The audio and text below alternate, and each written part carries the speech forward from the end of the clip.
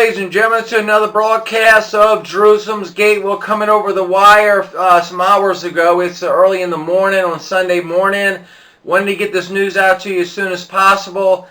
The day just getting started here on Sunday. We got church today, so it's the Lord's Day. But unfortunately, bad news. I tell you, ladies and gentlemen, in these last days, it's wearisome to give the news sometimes because there's so much scriptures being fulfilled in regards to wars and rumors of wars. With this just happening yesterday, or that's the Middle East time, rather, I believe, no, they're ahead of us. That's right, they're ahead of us. But we knew Iran did the missile attack on the U.S. bases in Iraq.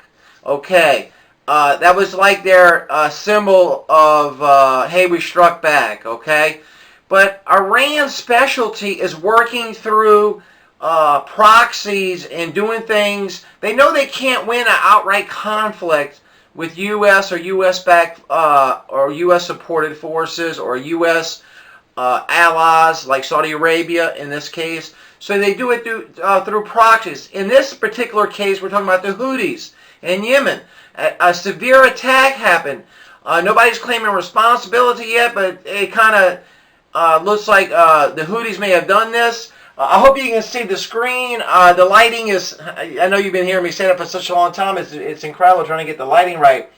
Coming out of Al Jazeera, dozens of Yemeni soldiers killed in Maraba, a military camp attack, and it happened at a mosque at the military camp. Now, the video which is following this short news that I always give a video claims a lot more than the 30 that's being claimed here. They're saying it's more like 70 and continue to rise in their military personnel. See, what I'm trying to say is Iran knows that they cannot win an outright confrontation against the United States. So they work through proxies like the Houthis. And this is perhaps the first major sign of Iran getting back at U.S. allies, Saudi Arabia, because we know Saudi Arabia supports Yemen. And so I'm not saying that Iran did this, but Iran supports the Houthis and arms the Houthis. That's an absolute 100% fact. It's sad. As always, we have a video that covers this, and I ask you to stick by to see. It's only, like all my videos are following, my news breaks is only a minute long most of the time. But I wanted to show you something. Matthew 24:6. And you shall hear of wars and rumors of wars. See that you be not troubled, for all these things must come to pass, but the end is not yet. Now, what I wanted to, I've gone over this so many times, but I have to keep telling you. It's like I have to keep telling you about this scriptural backing of what's happening in the world, because it's like a woman in birth pains. The signs are going to get stronger and more frequent as we approach the end. Okay. This was Jesus as he sat upon the Mount of Olives, and his disciples came unto him privately, telling us, when shall these things be? And Jesus was talking about his apostles were wondering at all the massive buildings in Jerusalem, and the Mount of Olives, everywhere you see Jerusalem. And they asked him, what shall be the sign? Because Jesus said, see all this? Nothing shall, no stone will be left upon another. And they said, well, when is this going to happen? In a sign of the end of the world. Now, I want to say right there, whoever says the world will end, like the round physical earth will end, doesn't know the Bible. The earth will never end. The age is coming to an end. The world as we know it for the last 10,000 years, that's coming to the end. Like a meteorite hitting the earth and earth shattering into trillions of pieces, that's not going to happen. The Bible tells us there'll always be seasons, day and night. So that means to tell you that the earth is going to be around. And here we go. And Jesus says, and you shall hear of wars and rumors of wars. Ladies and gentlemen, if you take the last 100 years, wars and rumors of wars have been increasing. And some people may say, well, 100 years, that's a long time. 100 years is a blink of an eye. What does the Bible say? A day is like 1,000 years and 1,000 years like a day. So if you take the last 100 years, what I consider the end of the age, all these come up, but the end is not yet. For nation shall rise against nation, and kingdom against kingdom.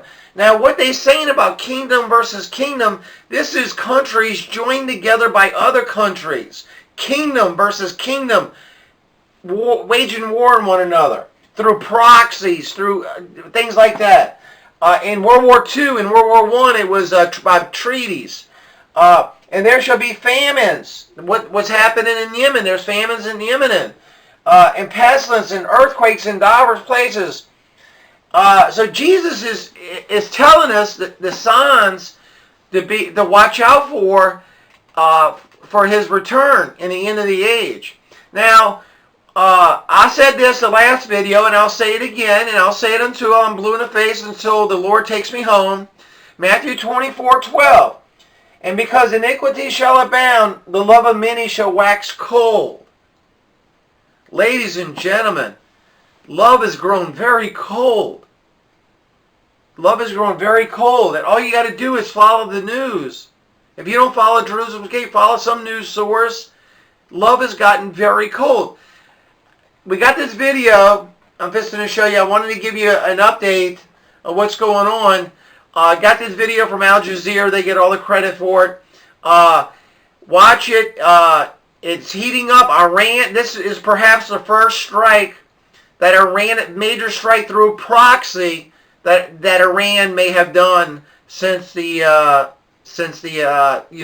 missile attack against the Iraqi bases. That was just a sign to. That was all for publicity. That's what I'm trying to tell you.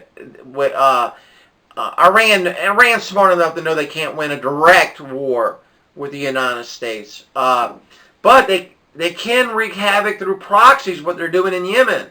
So watch the video, ladies and gentlemen. If you're watching the video for the first time, this is Jerusalem Gate is a non-profit Christian news and sermon network. If you would like to help us out, though, to get our videos out to more people, we ask you that you subscribe and hit the notification bell for updates. That helps us out. We don't make no money here, not a penny. It costs us money. But here comes the video.